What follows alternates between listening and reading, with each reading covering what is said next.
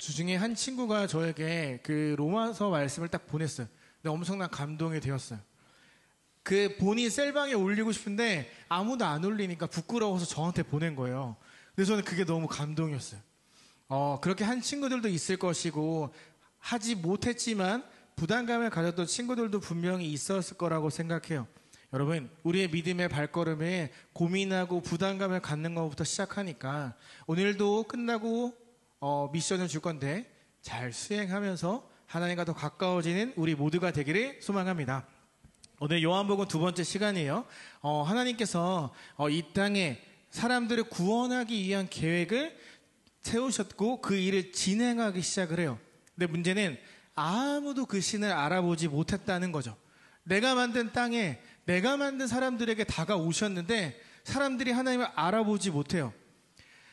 내가 나의 형상대로 지어진 사람들을 찾아왔는데 그 누구도 그분을 알아보지 못해요.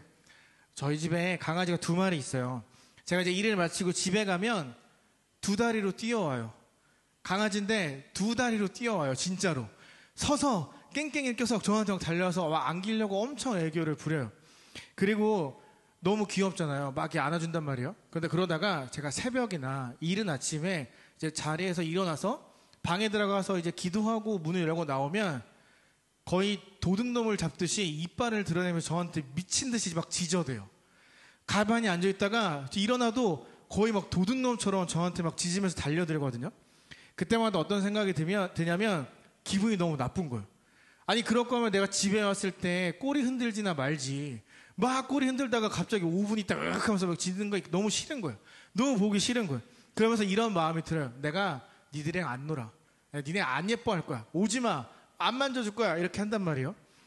여러분, 나랑 닮지 않은 이 동물이 나에게 애교를 부리면 좋고 못 알아보면 기분 나쁜 게 우리 인간의 모습이란 말이에요.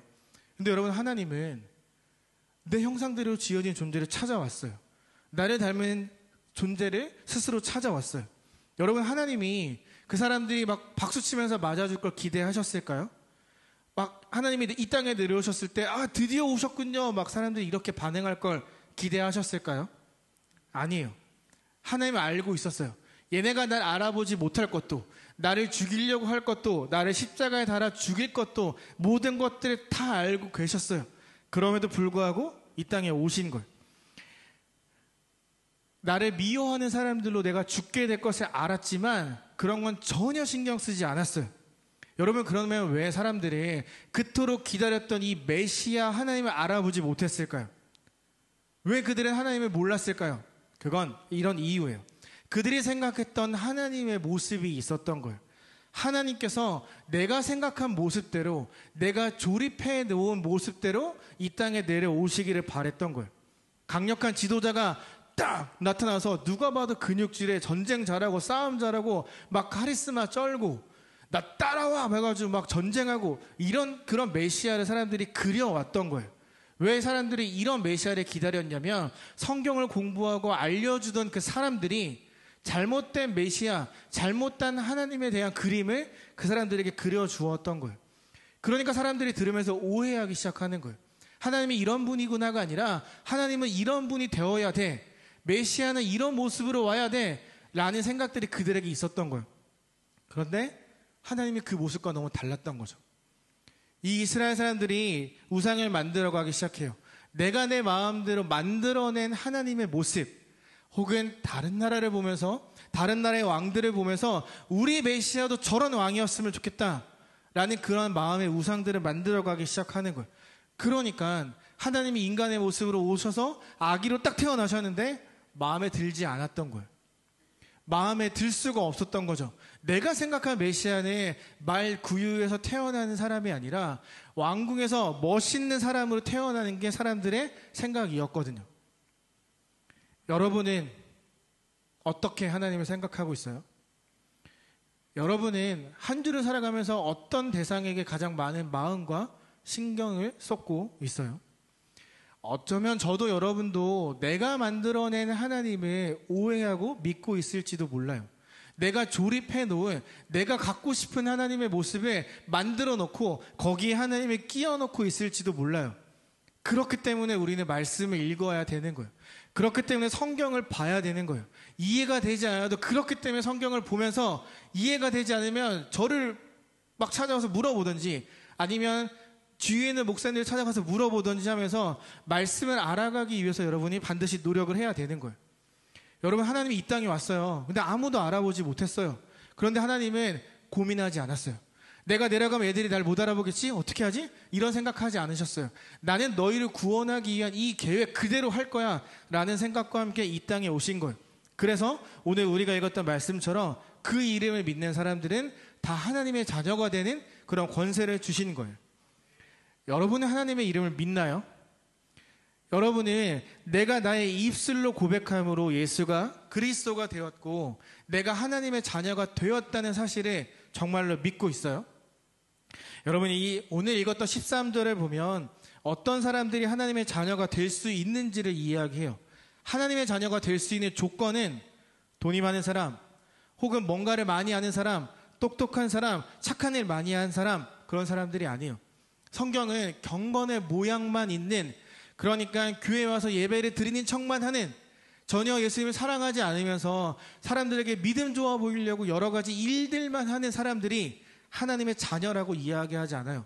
하나님의 자녀는 그런 좋은 모습, 그런 멋있는 신앙인의 모습이 가진 사람만 하나님의 자녀가 되는 게 아니에요. 하나님의 자녀는 그 말씀이 옳다라고 믿는 사람들이 하나님의 자녀가 되는 거예요.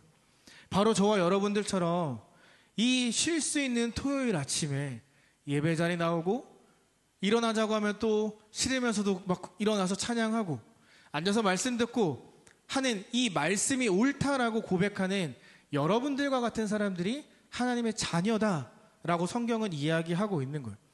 아까 동찬쌤이 이야기했지만 어제 우리는 찬양팀과 미디어팀이 MT를 했어요. 그래서 막 새벽 3시, 4시까지 막 놀고 이렇게 잤단 말이에요. 그래서 저는 오늘 전멸하겠구나. 이 찬양팀이 다 자겠구나 싶었는데 생각보다 안 자요. 생각보다 안 자고 눈을 뜨고 있어요. 왜? 이 친구들은 하나님의 말씀이 옳다라고 고백하는 친구들이기 때문에, 여기에 있는 우리 모두가 다 그 말씀이 옳다라고 믿고 믿으려고 하는 친구들이기 때문에, 바로 하나님의 자녀이기 때문에 이렇게 예배 자리에 나와 있다라는 거죠. 하나님은 여러분의 어떤 모습 때문에, 특정한 그 은사 때문에 여러분을 구원하신 게 아니에요. 큰 교회를 다녀서, 집에 돈이 많아서, 좋은 아파트에 살아서, 내가 나중에 좋은 대학을 갈 거라? 하나님에게 그런 건 중요하지 않아요. 하나님에게 중요한 건 여러분들이 그 말씀이 옳다, 옳습니다 라는 그 믿음을 가졌느냐, 그게 하나님에게 굉장히 중요한 포인트예요. 여러분, 세상을 한번 봐요. 세상은 늘 여러분에게 이렇게 이야기할걸요. 하나님이 어딨어? 야, 어떻게 말로 세상을 창조하냐? 하나님이란 신이 있으면 이 세상에 악은 없어야 되는 거 아니야? 왜 악해? 너무 무능한 거 아니야? 야, 신이 어떻게 죽고 어떻게 사람이 되고 죽고 부활할 수가 있냐? 그거 판타지 소설 아니야? 야, 하나님이 있다면 데려와봐. 그거 보이지 않는데 어떻게 믿어? 하나님 믿으면 하면 안 되는 거 되게 많다며. 나 한 번밖에 없는 인생 내 마음대로 살 거야. 이런 것들이 다양한 모습으로 여러분에게 속삭이고 있어요. 그렇게 여러분에게 다가오는 세상의 말 앞에 여러분이 이렇게 고백해야 되는 거예요. 아닌데? 하나님 있어. 아닌데? 나는 그 살아계신 하나님을 만났어. 아닌데? 나는 그 살아계신 하나님이 나의 구세주 되시는 걸 나는 정말 믿고 확신해 라고 외칠 수 있는 사람, 그렇게 말할 용기가 있는 사람, 그들은 하나님의 자녀다 라고 요한복음은 이야기하고 있어요. 여러분의 지난 한 주 어떻게 살았어요? 지난 한 주 살아오면서 여러분은 세상에 어떤 목소리를 내었어요? 하나님이 없다라고 말하는 그 세상에 하나님의 자녀로 살아가면서 여러분은 어떤 고백을 하며 오늘 이 자리에 왔어요? 여러분, 하나님의 자녀가 되려면 십자가의 죽음과 부활을 믿어야 돼요. 그리스도인 된다는 건 죽음과 부활을 믿는 것과 같은 거거든요. 그것이 이해되지 않아도, 이성적으로 납득되지 않더라도 믿어보려고 노력하고 질문하고 의심하고, 그래서 끝끝내 그걸 믿어내는 사람, 그가 하나님의 자녀다라고 오늘 본문이 우리에게 분명하게 이야기하고 있어요. 예수님이 나의 구세주 되십니다 라는 고백은 단순한 고백이 아니에요. 여러분들이 제가 죽어서 하나님 앞에 갈 때까지 끊임없이 고민하며 몸부림치며 붙잡아야 되는 것이 바로 예수님이 나의 구세주 되십니다 라는 고백이에요. 여러분, 저는 부활보다 더 믿기 어려운 이야기가 있어요. 우리를 향한 예수님의 사랑 이야기는 하늘이 팍, 빛이 팍 사라졌는데 거기에 딱 남자가 탁 나타나서 나는 너희를 위해 죽으러 왔다 막 이렇게 하는 그런 멋있는 게 아니잖아요. 그런 이야기가 절대 아니잖아요. 막 신이 신적인 모습으로 막 내려와서 막 다 쓸어버리는 그러한 이야기가 아니잖아요. 저와 여러분을 향한 하나님의 예수님의 사랑 이야기는 세상이 지어지기 전부터 있었고 그것을 실행하기 위한 하나님의 계획이 있었다는 거죠. 전 부활보다 더 믿을 수 없는 게 신이 인간이 되었다는 거예요. 우리처럼 먹고 싸고 자고 이런 일들을 했다는 거죠. 그 무한한 가능성을 가진 신이 아기가 된 거예요. 할 수 있는 게 아무것도 없죠. 몸 뒤집는 거, 딛고 일어서는 거, 걷는 거, 뛰는 거, 여러분이랑 똑같은 그 삶을 하나님이 인간으로 살아내신 거예요. 여러분, 갑갑하지 않았을까요? 내 능력은 이만한데 능력을 요만하게 만들어서 살아가야 되는 거잖아요. 얼마나 갑갑했을까요? 근데 그분이 죽어요. 내 죄 때문에. 전 이것도 충격이에요. 아니, 도대체 그분이 누구이길래 왜 나를 위해 죽지? 라는 생각을 해요. 제가 중3 때 학원에서 공부를 하고 있는데 어머니에게 전화가 왔어요. 뭔가 굉장히 떨리는 목소리로 당장 집으로 와 이렇게 하셨어요. 저는 어머니가 그렇게 저한테 화를 낸 걸 본 적이 없는데 너무 이상한 거예요. 급하게 집에 갔어요. 문을 딱 열었는데 집안 분위기가 심상치 않은 거예요. 어머니 아버지가 소파에 앉아서 저보고 너 앞에 앉아 이렇게 이야기를 하는데 양반다리를 하면 안 될 것 같은 거예요. 그래서 무릎을 꿇었어요. 왜 그러지? 너 잘못한 거 없는데? 근데 부모님이 아무 말씀하지 않으시는 거예요. 한 5분? 10분? 침묵의 시간이 흐른 다음에 아버지가 너 땡땡땡이란 친구 아니? 이렇게 물어보는 거예요. 알아요. 너 근데 그 친구 왜 때렸어? 이렇게 하시는 거예요. 그 친구 부모님이 전화가 왔어. 걔가 너 때문에 학교를 가기 싫대. 야, 내가 너를 그렇게 믿었는데 어떻게 네가 나에게 이럴 수 있니? 막 화를 내셨어요. 여러분, 아직 이야기 안 끝났어요. 저 그렇게 쓰레기처럼 쳐다보면 안 돼요. 이야기 끝나지 않았어요. 저는 도대체 무슨 말인지 모르겠는 거예요. 근데 부모님이 너무 화를 많이 내셨어요. 그래서 그 밤 11시에 부모님의 손에 이끌려서 그 친구 집에 가서 무릎을 꿇고 그 친구와 부모님에게 잘못했다고 용서를 빌었어요. 근데 여러분, 여기서 대반전이 있어요. 나는 그 친구를 때린 적이 없어요. 저 학교에서 쭈구리였거든요. 심지어 그 친구가 저보다 등치가 더 컸어요. 진호만 했어요. 저는 근데 그때 키가 한 173에 진짜 삐쩍 말라서 한 56kg? 제가 어떻게 저런 친구를 때려요. PC방에 갔는데 엘리베이터가 열렸어요. 근데 얘가 안 내리는 거예요. 난 게임해야 되는데 안 내리잖아요. 그래서 내가 야 비켜 하고 밀었어요. 안 밀렸어요. 아 비키라고 하고 밀고 들어갔어요. 근데 얘가 집에 가서 학교 가기 싫다고 한 거예요. 다른 친구들한테 괴롭힘을 당하고 있었던 거예요. 근데 얘가 그 친구들의 이름을 이야기하면 보복당할까 봐 그날 미쳤던 제 이름을 이야기한 거예요. 전 가서 나는 잘못하지 않고 때린 적도 없고 난 심지어 그 친구도 잘 몰라요. 이름만 알아요. 근데 그 친구 집에 가서 무릎 꿇고 난 잘못한 건데 막 빌었어요. 여러분, 제가 가서 빌었다고 해서 그 친구를 때렸던 그 친구들의 죄가 사라지는 걸까요? 전혀 상관없죠. 죄는 걔네가 지었어요. 내가 대신 가서 사과했어요. 그렇다고 그 친구들의 죄가 없어질까요? 그 친구의 부모님은 아직도 내가 걔를 때린 줄 알아요. 나는 이렇게 살아가고 있다고요. 근데 여러분, 예수님이 내 죄를 대신해서 지고 죽으셨어요. 이것도 이해가 되지 않는데 더 말이 안 되는 건 죽고 부활하신 걸 믿었다고 하니까 넌 내 아의 자녀야. 넌 내가 사랑하는 자녀야. 라고 하나님이 말씀하시는 거예요. 여러분, 부활만큼 믿기 어려운 이야기 아닌가요? 나랑 상관없어 보이는 분이 내 죄를 대신해서 죽은 것도 놀라운데 그 죽음의 결과가 내가 하나님의 자녀가 되는 거래요. 여러분, 전 처음에 정말 이해할 수 없었어요. 왜 나를 위해? 근데 여러분, 이 죽고 부활하신 하나님의 자녀가 된 이 이야기는 저만을 위한 이야기가 아니죠. 여러분들을 위한 이야기죠. 여러분 한 사람 한 사람들을 위해 하나님이 써 내려가시는 사랑의 이야기죠. 그리고 우리는 그것을 믿고 고백한 사람들, 즉 하나님의 자녀라는 거죠. 누구든지 그분을 영접하는 사람들, 그분의 이름을 믿는 사람들에게는 하나님의 자녀가 되는 자격을 주셨습니다. 여기서 말하는 영접은요, 저 하나님 믿어요 하고 딱 끝나는 일회성의 고백이 아니에요. 영접에 숨겨진 뜻은 현재 분사, 지속적인 동사를 담고 있어요. 내가 그분을 믿고 영접하면 그날 끝나는 게 아니라 영접한 순간부터 예수님을 위해 살아가겠습니다 라는 지속적인 고백이 그 안에 포함되어져 있는 거예요. 그러니까 여러분들이 예수님을 영접하고 나의 구세주라고 고백을 했다면 그것으로 끝나는 게 아니라 예수님을 닮아가는 삶을 살기 위해 우리는 매일매일 노력해야 한다라는 거죠. 말씀이 이해되지 않더라도 붙들고 읽고 싸우면서 씨름하면서 붙들고 놓지 않는 것, 그게 우리 믿음의 핵심이고 우리 신앙의 본질이에요. 믿음은 지난주에 이야기한 것처럼 어떤 일이 있어도 하나님을 붙들겠습니다. 하나님 위해 나의 심장도 꺼내어 드릴 수 있습니다 라는 것, 고백이에요. 쉽게 할 수 있는 고백이 아니라는 거죠. 근데 여러분, 우리는 진짜 편안한 신앙생활을 하죠. 그래서 나 하나님을 붙들겠습니다, 하나님 위해 살겠습니다라는 고백을 너무나 쉽게 내뱉을 때가 있어요. 요한복음이 처음 쓰여졌을 그 당시 이 성경을 맨 처음 읽었던 사람들은 이 요한복음을 보면서 엄청난 위로를 받아요. 그 당시 사람들은 나 하나님 믿어요라는 고백을 함부로 할 수 없었거든요. 나 하나님 믿어요 하는 순간 직장에서 잘리는 거예요.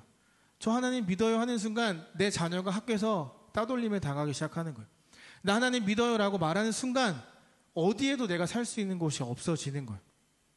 그들에게 믿음은, 신앙은 목숨을 거는 것이었어요. 제가 인도에서 기도회를 하던 중에 있었던 이야기예요.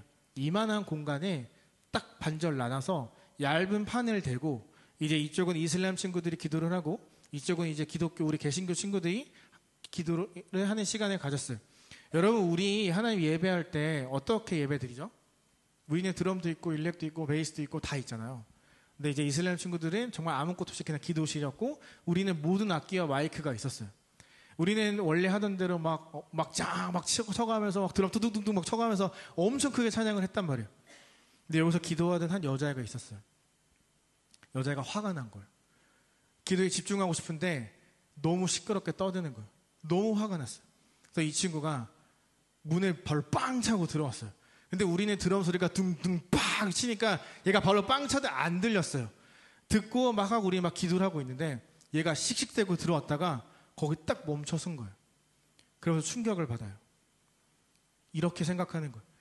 내가 믿었던 나의 신은, 우리 가족이 계속해서 믿어왔던 이 신은 내가 아무리 기도해도, 내가 아무리 찾아가도 나에게 어떤 감동도 어떠한 만남도 주지 않았는데 도대체 얘네가 믿는 신은 누구이길래 쟤는 저렇게 웃고 있는 거지?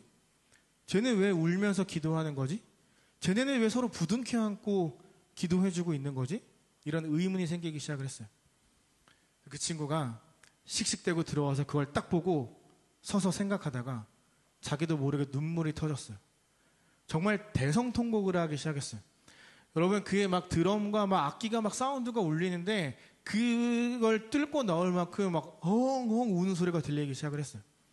우리가 딱 돌아섰어요. 처음 본 친구가 거기에 서서 울고 있는 거예요. 그래서 우리는 기도를 했어요. 같이 기도를 하고 그 친구에게 근데 너 어떻게 왔니? 라고 물어봤어요. 이 친구가 이렇게 이야기를 해요. 나는 무슬림 이슬람 사람이고 화가 나서 여기에 왔는데 너희의 모습을 보고 너무 충격을 받았어. 난 내가 왜 울었는지 모르겠어. 그런데 너네가 믿는 예수님이 너무 궁금해. 너네가 믿는 예수님은 도대체 누구이니? 나에게 설명을 해줄래? 우리가 막 붙어서 설명을 하고 똑같이 막 기도를 했어요. 근데 그 친구가 이렇게 이야기를 해요. 나 예수님 믿을 거야.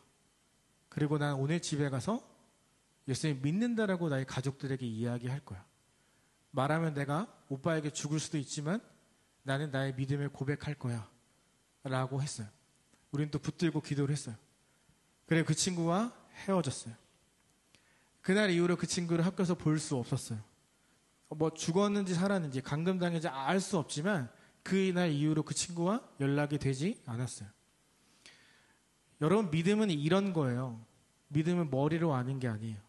예수님을, 성경을 얼마나 많이 아느냐, 얼마나 많은 책을 읽었느냐, 얼마나 많은 뭐 유튜브에서 뭘 들었느냐, 교회에서 얼마나 많이 기도했느냐, 이게 믿음이 아니에요. 여러분, 믿음은 머리로 아는 게 아니라 살아내는 거예요. 누구든지 그분을 영접하는 사람들, 그분의 이름을 믿는 사람들에겐 하나님의 자녀가 되는 자격을 주셨습니다.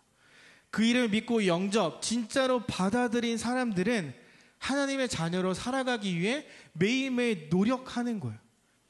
은혜를 붙들고 변화되는 삶을 살게 해달라고 매일 기도하는 것, 잘 안 돼도 말씀을 읽고 이해가 안 돼도 말씀을 붙들고 씨름하면서 순종해보려고 몸부림치는 것, 살아내는 것, 그게 믿음이에요. 그게 여러분들이 가져야 되는 신앙의 고백이라는 거예요.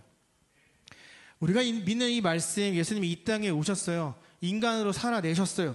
인간으로 오신 이유는 그게 우리에게 가장 친밀하고 가장 밀접한 방법이기 때문이에요.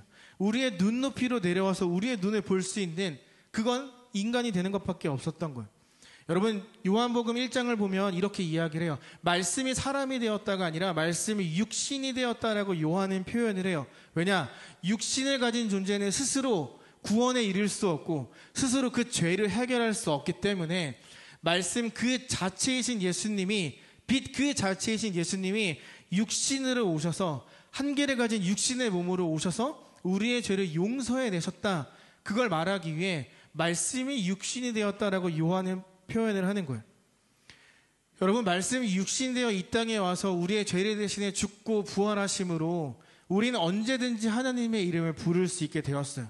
만약에 우리가 예수님 오기 이전의 시대라면 여러분들은 와서 기도할 수 없어요. 저한테 대신 기도해달라고 부탁해야 돼요. 저에게 재물을 들고 와서 이 재물을 죽임으로 내 죄를 용서해달라고 하나님 앞에 기도해 주세요라고 부탁을 해야 돼요. 근데 지금은 그렇지 않잖아요. 여러분, 언제든 어디서든 눈 감고 하나님 하고 부를 수 있는 그런 기회가 열렸잖아요. 예수님을 믿는다는 건 그 문을 하나님의 자녀로 들어가 살아가겠다라는 그 고백인 거예요. 여러분, 그래서 하나님의 자녀로 살아가는 사람들을 성경은 영광스러운 자녀라고 표현해요. 영광스러운 자녀라는 건 우리 뒤에 막 후광이 비치거나 갑자기 내 키가 막 15cm 자라고 살이 막 빠지고 멋있어지고 예뻐지고 이런 외형적인 변화를 이야기하는 게 아니라, 성경이 말하는 영광스러운 자녀는 하나님의 성품을 닮아가는 사람, 예수님의 모습을 닮아가는 사람, 내가 경험한 사랑과 은혜를 흘려보낼 줄 아는 사람, 그 사람은 영광스러운 자녀다라고 성경은 이야기해요. 여러분은, 아니 저는 하나님의 사랑과 은혜를 주위에 흘려보내고 있었을까요? 여러분은 공동체에서 어떤 역할, 어떤 존재였을까요? 가시가 막 돋쳐서 만난 사람보다 찌르고 상처를 주는 사람이었을까요? 아니면 내가 경험한 사랑을 나누며 누군가를 위로하는 존재였을까요? 예수님을 영접했고 내가 영광스러운 길을 걸어가고 있는지를 확인할 수 있는 방법이 있어요. 오늘 우리가 읽진 않았지만 요한복음 1장 6절에서 11절에 보면 세례 요한이 등장하거든요. 세례 요한은 예수님만을 자랑하고 싶어 했던 사람이에요. 그 당시 모든 사람이 세례 요한을 찾아와서 하나님의 말씀을 듣기를 원했고 그를 통해 하나님을 알아가는 걸 너무너무 즐거워했어요. 그래서 그에게 당신이 메시아가 아닙니까? 라고 물었어요. 왜? 그들이 생각했던 메시아의 모습과 너무나 비슷했거든요. 근데 세례 요한이 이렇게 이야기를 해요. 나 아니야. 절대 오해하지 마. 곧 오실 분이 계셔. 그분이 메시아야. 그러니까 세례 요한은 예수님 안에 자랑하고 싶어하는 사람이었어요. 여러분 생각해봐요. 지난주에 우리가 빛을 알아보지 못했던 이유가 뭐예요? 내가 하나님의 자리를 대신하고 싶어서, 내가 높여지고 싶어서였잖아요. 세례 요한은 내가 높여지는 걸 원치 않았어요. 예수님만이 높아지기를 원했어요. 요한복음의 저자 요한도 마찬가지예요. 요한도 예수님만을 자랑하고 싶어 했던 사람이에요. 1장 1절의 말씀이 누구인지를 명확하게 밝히고 있거든요. 신약 성경을 보면 예수님이라는 단어가 900번 나오는데 그 중에 4분의 1이 요한복음에 등장을 해요. 나머지 4분의 3이 26권 신약 성경에서 나오는 거죠. 그만큼 요한은 예수님을 자랑하고 싶어 했어요. 그만큼 요한은 예수님이 나를 위해, 너를 위해, 우리를 위해 이 땅에 오셨음을 모든 사람들에게 알리고 싶어 하는 사람이었어요. 그가 요한복음을 쓴 이유는 예수가 그리스도이심을 사람들에게 알리기 위해 이 요한복음을 썼어요. 우리가 하나님의 자녀라면, 우리가 영광스러운 자녀라면 우리도 삶에서 예수님을 자랑해야 돼요. 내가 내 삶에서 얼마나 예수님을 드러내고 자랑하고 있었느냐가 내가 하나님의 자녀로 살아갔는지, 영광스러운 자녀로 살아내고 있었는지를 구분할 수 있게 된다라는 거죠. 여러분, 예수님 자랑스럽나요? 어디에서든 예수님을 전할 수 있는 그런 자랑스러운 존재인가요? 그럼 우리는 어떻게 그 예수님을 자랑해야 될까요? 우리 한번 말씀 읽어볼게요. 시작. 하나님께서 우리 안에 거하십니다. 우리가 서로 사랑할 때 하나님의 사랑은 우리 안에서 완전해질 것입니다. 뭐라고 이야기해요? 서로 사랑하면 하나님이 우리 안에 거하시고 그의 사랑이 온전하게 이루어진다라고 이야기를 해요. 예수님을 자랑하는 건 여러 가지가 있겠죠. 학교에서 예수 믿어! 라고 말하는 게 될 수 있고, SNS에 나의 신앙의 고백을 계속 올리는 게 될 수도 있고, 다양한 방법이 있을 거예요. 세례 요한이 자랑하고 싶었던 그 예수님은 사랑이었어요. 나와 같은 존재를 구원해 주신 예수님의 그 사랑, 내가 경험한 그 은혜, 그거를 흘려보내고 싶었던 거예요. 사람들에게 알리고 싶었던 거예요. 그래서 사람들을 만날 때마다 예수가 그리스도야, 예수가 메시아야, 그 고백을 계속 해왔던 거죠. 여러분, 우리도 똑같아요. 내가 먼저 경험한 은혜를 흘려보내는 것, 내가 예수님의 자리를 빼앗지 않는 것, 힘들지만, 오해받겠지만 사람들을 섬겨주고 사랑해주고 품어주면서 그 빛을 계속 비추어내는 것, 그게 하나님의 자녀이고 영광스러운 자녀의 모습이에요. 여러분, 저는 그런 자유교회가 되기를 원해요. 여러분들이 그런 역할을 감당하는 정말 소중한 존재들이 되기를 바라고 있어요. 내가 받은 은혜를, 사랑을 이곳에서 흘려보내주는 교회가 되기를 늘 기도하고 있어요. 예수님을 자랑하는 삶은 서로를 사랑하는 삶이에요. 우리가 서로를 먼저 아끼고 사랑하고 품어줄 수만 있다면, 그걸 이 교회에서, 셀 모임에서, 찬양팀에서 어디서든 함께 예수님에 대한 이야기를 하며 나눌 수만 있다면 자연스럽게 여러분은 어디에 가서든 예수님을 전하고 나눌 수 있게 될 거예요. 왜? 내가 믿는 예수님을 믿는 사람들이 이만큼 많이 있다는 것, 나의 편이 있다는 걸 알게 되기 때문이에요. 이번 주 미션이에요. 지난번에 제가 푸사를 만들어서 줬는데 여전히 쓰고 있는 친구들이 있더라고요. 그것도 또 한 감동의 포인트였어요. 또 만들었어요. 여러분에게 사실 이렇게 생각했어요. 요한일서 4장 12절을 매일 아침 저녁으로 읽으세요. 그리고 그것을 놓고 기도하세요 라고 말하려고 했는데, 아무리 생각해도 여러분이 아침에 눈을 뜨고 일어나서 성경책을 펼쳐서 요한일서 4장 12절을 보지 않을 것 같은 거예요.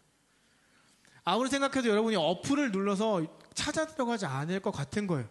그래서 저는 이미 이번 주 내내 푸사했는데 푸사를 만들었어요.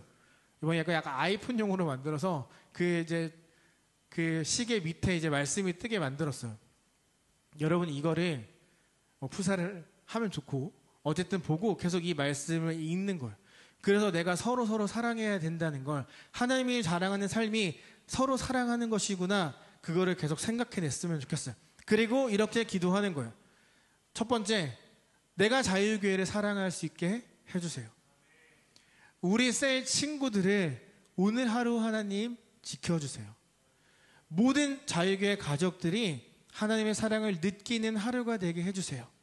이렇게 여러분 기도하는 거예요. 여러분, 이 기도가 별건 아닌 것 같아 보이지만 셀 친구들이 왜 기도하면 그 친구들의 얼굴이 한 번씩 떠오른다면 내적 친밀감이 더 들 거예요. 더 가까워지게 될 거예요. 여러분, 하나님의 자녀로 살아가는 것, 영광스러운 자녀로 살아가는 것, 예수님을 자랑하며 살아가는 것, 그건 살아내는 거예요. 어떻게? 서로를 사랑하면서, 서로를 섬겨주면서. 그게 요한복음이 여러분에게 이야기하고 있는 살아내는 삶, 믿음이라는 거예요. 여러분, 예수님을 사랑하고 자랑하는 것, 그 하나님의 자녀로 여러분들이 살아가기를 원합니다. 예수님을 사랑하고 자랑하는 것, 그것이 믿음으로 살아내는 삶이라는 걸 꼭 기억했으면 좋겠어요. 그래서 서로를 좀 더 사랑하고 아껴주는 그런 자유교회가 되기를 정말 간절히 소망합니다. 물론 또 한국 갔다 오면 또 서로 대면해져가지고 또 눈치 슬슬 보고 인사 안 하고 그러겠지만, 여러분, 그럼에도 한국에서 이걸 기억하며 기도한다면 다시 돌아왔을 때 그 친구의 얼굴이 그냥 괜히 반갑고 인사하고 싶어지고 이야기 나눠주고 싶어질 거예요. 여러분, 이 말씀을 묵상하면서 예수님을 나의 삶으로 자랑하고 드러내는 저와 여러분 되기를 예수님의 이름으로 소망하며 축복합니다.